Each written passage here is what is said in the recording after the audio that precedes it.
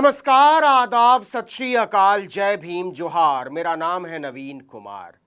आप जहां कहीं से भी इस वीडियो को देख रहे हैं, अगर आप भारत के नागरिक हैं तो एक बात समझ लीजिए कि भारत का चुनाव आयोग आपकी नागरिकता के अधिकार का मजाक उड़ा रहा है, वोट देने के अधिकार का मजाक उड़ा रहा है और वो एक ऐसी बात कर रहा है जिसे एक नागरिक के तौर पर कोई भी स्वीकार नहीं करेगा।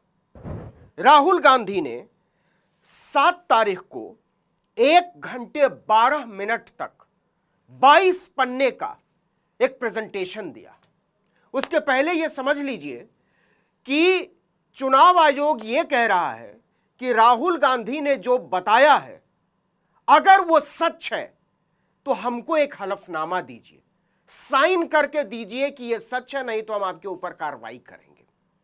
हम यहां से इस बात की शुरुआत करना चाहते हैं कि हलफनामा राहुल गांधी को देना चाहिए या हलफनामा चुनाव आयोग को देना चाहिए, मुख्य चुनाव आयुक्त को देना चाहिए, क्योंकि राहुल गांधी ने 1 घंटे 12 मिनट तक जो प्रेजेंटेशन दिया है उसमें चुनाव आयोग की धज्जी उड़ाकर रखती है और उन्होंने हर लाइन में एक ही बात कही है कि चुनाव आयोग ने चुनाव का माखौल उड़ाया है। 1,09,000 वोट ऐसे हैं राहुल गांधी के दावे के मुताबिक जो गलत तरीके से जोड़े गए नजर आते हैं और इसके लिए 6 महीने तक मेहनत की है। जाने दीजिए राहुल गांधी कौन है, वो कांग्रेस के नेता हैं या विपक्ष के नेता हैं, इसको जाने दीजिए, लेकिन वो भारत के नागरिक तो हैं। एक बात। दूसरी बात, 6 महीने तक की मेहनत के बाद जो काम चुनाव आयोग को करना चाहिए था वो राहुल गांधी की टीम करती है और उसके बाद बदमाशी करता है चुनाव आयोग कि आप हलफनामा देके वही बात कीजिए। राहुल गांधी ने क्या किया? उसी डेटा को एनालाइज किया जो चुनाव आयोग ने मुहैया कराया है। वो मशीन रीडेबल नहीं है, उसको कॉपी नहीं कर सकते, उसको स्कैन नहीं कर सकते। सोचिए, चुनाव आयोग को तो हलफनामा देकर कहना चाहिए कि इसके पीछे आपका मकसद क्या है, हलफनामा देकर बताइए। चुनाव आयोग को क्या क्या हलफनामा देना चाहिए, आज हम इस बात की चर्चा करना चाहते हैं। राहुल गांधी ने बाकायदा कहा कि देखिए, एक ही पते पर थोक में वोटर हैं और ऐसे वोटरों की तादाद है 10,452। बाकायदा चुनाव आयोग के डेटा के मुताबिक जो मुहैया कराया है कांग्रेस पार्टी को चुनाव आयोग ने, उसी के मुताबिक राहुल गांधी ने आरोप लगाया कि मकान नंबर 35 में 80 लोग रह रहे हैं एक बेडरूम के मकान में, वो भी 1 बेडरूम का जो कमरा है, एक कमरे का जो घर है वो एग्जिस्ट नहीं कर रहा है, उसमें 80 वोटर हैं। तो ज्ञानेश कुमार गुप्ता को हलफनामा देना चाहिए कि नहीं देना चाहिए कि हमने ये सही किया है?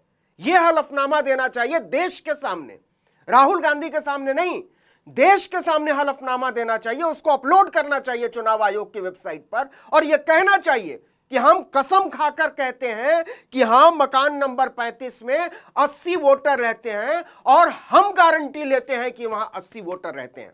ज्ञानेश कुमार गुप्ता को इस बात की गारंटी लेनी चाहिए, हलफनामा देना चाहिए। मकान नंबर 791 में 46 वोटर रहते हैं। ज्ञानेश कुमार गुप्ता को शपथ पूर्वक भारत की जनता के सामने सील ठप्पे के साथ यह कहना चाहिए कि यह जानकारी जो हमारी अध्यक्षता में हमारे चुनाव आयोग के चीफ रहते हुए जो दी गई है वो बिल्कुल सच है। ये मकान नंबर 35 के 80 वोटर जायज हैं, यह हलफनामा देना चाहिए। मकान नंबर 791 के 46 वोटर जायज हैं, यह हलफनामा देना चाहिए। और एक ही पते पर ये जो 10,452 लोग हैं, इनमें से एक भी वोटर ऐसा नहीं है जो फर्जी है। यह हलफनामा देना चाहिए कि नहीं देना चाहिए ज्ञानेश कुमार गुप्ता को? गुरकीरत सिंह डांग नाम लेकर बताया, एक ही फोटो, एक ही नाम। यह बूथ नंबर 116 पर है, यह बूथ नंबर 124 पर है, यह बूथ नंबर 125 पर है, बूथ नंबर 126 पर है। यह तो भूल जाइए कि एक वोटर जो है वो 2 वोट उसका महादेवपुरा में है, कर्नाटक में 1 वोट है, महाराष्ट्र में 1 वोट है, लखनऊ में। ये तो जाने दीजिए, एक ही कॉन्स्टिट्यूएंसी में विधानसभा में बूथ नंबर 116, 124, 125, 126 गुरकीरत सिंह डांग, ये ज्ञानेश कुमार गुप्ता को शपथ लेकर बताना चाहिए कि हां, गुरकीरत सिंह डांग जिसको एक ही तस्वीर के साथ हमने वोटर बनाया है, वो वोटर है, और राहुल गांधी को जेल में डाल देना चाहिए, बिल्कुल जेल में डाल देना चाहिए। एक ऐसे आदमी को जो खुलेआम कह रहा है कि ये जो एक ही पते पर 80 वोटर हैं, एक ही नाम के, अलग अलग तरीके से एक ही पते पर, वो सब के सब जायज वोटर हैं, ये शपथ पूर्वक कहना चाहिए, और ये 80 के 80 जायज वोटर हैं, और राहुल गांधी को जेल में डाल देना चाहिए। शपथ की जरूरत क्या है? वो तो भड़का रहे हैं लोगों को, झूठ बोल रहे हैं, इसमें वोट पूर्वक क्या है? और नहीं तो मजाक मत उड़ाइए। यह बेहूदगी है कि नेता प्रतिपक्ष जो होता है लोकसभा में, वो संसदीय व्यवस्था में प्रधानमंत्री के बाद राजनीतिक तौर पर दूसरा सबसे महत्वपूर्ण व्यक्ति होता है। वो संविधान की कसम खाता है। आप संविधान की ओथ लिए हुए आदमी से कहते हो कि हमारे सामने नोटरी वाला ओथ लेकर बताओ कि तुमने जो कहा है वो सही कहा है। और राहुल गांधी ने डंके की चोट पर कहा है कि मैं पॉलिटिशियन हूं, जो मैं कहता हूं वो सब शपथ पूर्वक ही कहता हूं, आपको जो करना हो जाकर कर लीजिए। डुप्लीकेट वोटर, ये ज्ञानेश कुमार गुप्ता को शपथ पूर्वक कहना चाहिए कि डुप्लीकेट वोटर जो है वो 11,965 जो राहुल गांधी बता रहे हैं वो सरासर झूठ है। छोड़िए राहुल गांधी की बात, ये बताना चाहिए कि जो 1,09,000 वोटर की बात कर रहे हैं राहुल गांधी, ये शपथ पूर्वक लेके ज्ञानेश कुमार गुप्ता को देश के सामने बोल देना चाहिए कि ये सब जायज वोटर हैं, इनमें से एक भी अगर फर्जी निकला तो मैं इस्तीफा दे दूंगा। ये कहना चाहिए ज्ञानेश कुमार गुप्ता को, और राहुल गांधी को तुरंत जेल में डाल देना चाहिए। ये फॉर्म 6 के इस्तेमाल से शकुन रानी एक हफ्ते के अंतर पर एक ही तस्वीर से 2 वोट रजिस्टर करती है, दोनों वोट पड़ता है सेम कॉन्स्टिट्यूएंसी में। ये कहना चाहिए ज्ञानेश कुमार गुप्ता को कि मैं शपथ पूर्वक लेकर कहता हूं कि शकुन रानी के जो 2 वोट हैं एक ही नाम से एक ही तस्वीर से, ये दोनों के दोनों जायज हैं। तो जो कहने की बात है कि ये जो डुप्लीकेट वोटर्स 11,965, फेक एड्रेस और no address 40,009 voter, bulk voter जो एक ही पते पर 80-80, 40-40, 70-70, कमर्शियल एस्टेब्लिशमेंट में मतलब दुकानों के पते पर लोग रजिस्टर्ड हैं, ऐसे 4,132 वोटर, फॉर्म 6 के गलत इस्तेमाल से 33,692 वोटर। तो यह कहना चाहिए शपथ लेकर चुनाव आयुक्त को, इलेक्शन कमिश्नर्स को, कि ये सारी जानकारियां जो हमने दी हैं वो सच हैं, और राहुल गांधी को जेल में डाल देना चाहिए। कहना चाहिए कि हम मशीन रीडेबल फॉर्मेट क्यों नहीं मुहैया करा रहे हैं।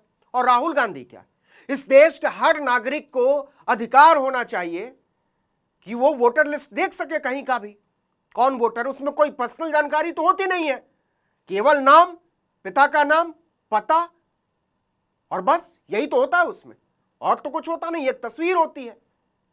तो ऐसी कौन सी खुफिया जानकारी होती है वोटर कार्ड में जिसको बताना नहीं चाहता? कायदा तो यह कहता है कि पूरे देश की जो वोटर लिस्ट है वो ऑनलाइन होनी चाहिए, कोई भी नागरिक देख सके, भाजपा भी देख सके, और हर आदमी बता सके कि फला आदमी फर्जी है या फला आदमी का वोट नहीं जोड़ा गया है।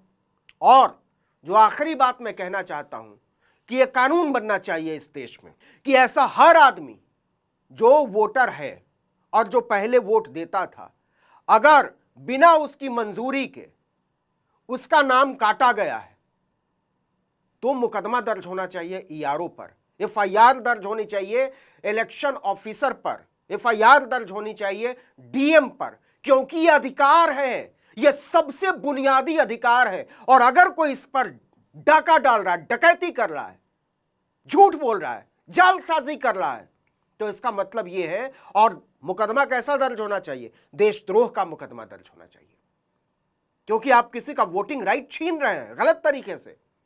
जिस दिन यह कानून बन जाएगा ना, ये भागते फिरेंगे।